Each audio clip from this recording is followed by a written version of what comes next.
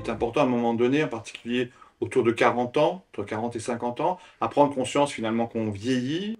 Donc un bilan cardiologique à partir de 40-50 ans, je pense, d'autant plus qu'on a des facteurs de risque cardiovasculaires, d'autant plus bien sûr qu'on a des symptômes. Et il y a des symptômes d'alerte, d'alarme, qui sont par exemple un essoufflement inhabituel, une douleur dans la poitrine, la sensation de palpitation, d'inconfort au niveau thoracique, doit faire discuter avec son médecin référent, le médecin traitant, et puis probablement après une consultation cardiologique. Si le bilan est normal, s'il n'y a pas d'anomalie, on va refaire ce bilan tous les 3 à 5 ans, en principe.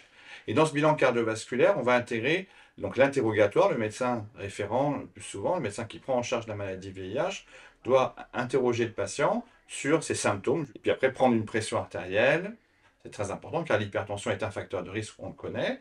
Interroger sur tous les facteurs associés, le tabagisme, la prise de drogue illicite, la présence d'un diabète, et j'insiste aussi sur la présence de maladies familiales à type d'infarctus du myocarde ou d'AVC. Ça, c'est un poids très très lourd, malheureusement, dans la descendance. Le fait qu'on ait quelqu'un de sa famille qui est fait précocement, père, mère, frère ou sœur, c'est-à-dire avant 50 ans chez un homme, avant 60 ans chez quelqu'un de sexe féminin, une maladie cardiaque doit faire alerter les personnes qui sont des descendants, en principe ou collatéraux si c'est frères et sœurs, à faire un bilan cardiovasculaire. Quel que soit homme ou femme, si on a des symptômes et ou si on a des facteurs de risque cardiovasculaire, et je le répète, ces facteurs, c'est bien sûr le tabagisme, l'hypertension artérielle, le diabète, le surpoids, l'inactivité physique et la présence d'antécédents familiaux, doit alarmer quand même le patient. Si on trouve une anomalie, alors là par contre, il faudra faire un bilan un peu plus rapproché, avoir accès à un spécialiste, un cardiologue qui dictera et donnera finalement le tempo.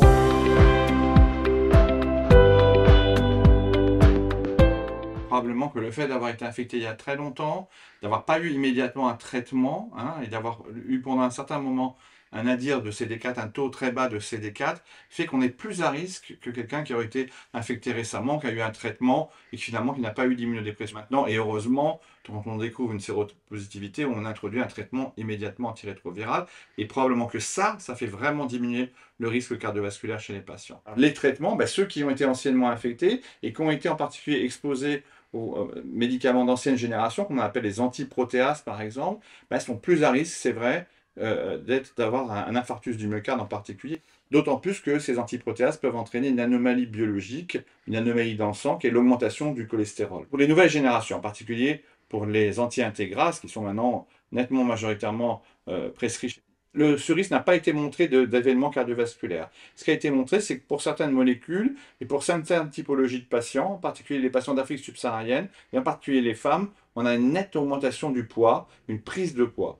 Et on sait que cette prise de poids, si elle s'associe à un surpoids ou de l'obésité, peut être associée, après une certaine durée d'exposition, à un diabète, malheureusement, et une hypertension artérielle.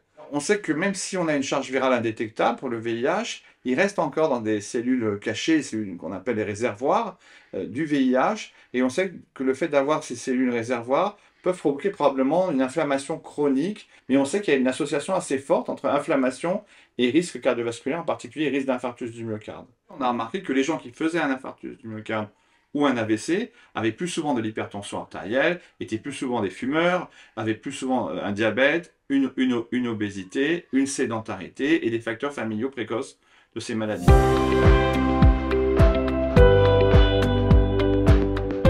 L'hypertension est une maladie du sujet qui vieillit. On peut arriver des fois jusqu'à 60% de patients de plus de 60 ans qui sont atteints d'hypertension artérielle. Un traitement qui est assez simple, et ce traitement qui est vraiment très rentable parce que ça réduit des fois la mortalité cardiovasculaire d'environ 50%. Et j'insiste aussi, en particulier chez les patients d'Afrique subsaharienne, il est très important de diagnostiquer parce que c'est vraiment l'hypertension en Afrique est un fléau. Le diabète, là aussi, le rechercher par une prise de sang, faire une glycémie, et d'autant plus qu'on a de la famille diabétique. Et traiter le diabète avec des objectifs très précis. Et là, le surpoids, je pense qu'il faut le prendre en charge par quelqu'un de spécialisé.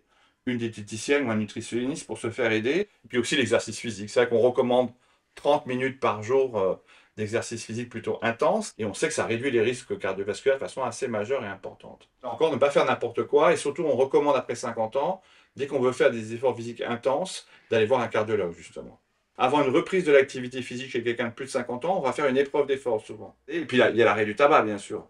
Et on voit qu'en moyenne, il faut 2 à 3 arrêts successifs pour qu'on arrête définitivement de fumer. Aidé par des substituts nicotiniques, aidé par un tabacologue, aidé par votre médecin référent, par n'importe quelle méthode. Il y a plein de méthodes, même à médecine douce, qui peuvent tout à fait marcher. En ce qui concerne l'alcool, c'est vrai que c'est la première addiction en France, hein. Il faut essayer de réduire aussi sa consommation d'alcool, d'autant plus qu'on vieillit. Il faut vraiment parler de cette consommation, si en plus on trouve qu'elle est excessive ou non.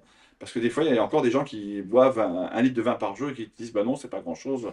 Puis au niveau de l'alimentation, il faut vraiment diminuer probablement les quantités en graisse en particulier, graisse animale, sans diminuer les protéines, donc ça c'est important quand même, avoir des protéines, mais aussi augmenter la consommation en fruits et en légumes.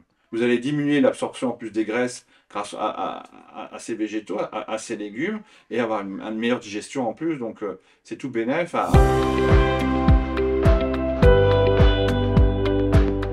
Bien vieillir, c'est aussi bien vieillir avec un bon cœur, finalement, un cœur en pleine forme. Et c'est vrai que c'est un organe qui est à l'intérieur, qui ne fait pas parler de lui souvent. Donc il faut ne pas hésiter à rechercher ces facteurs de risque cardiovasculaire et essayer de les réduire pour vieillir en bonne santé.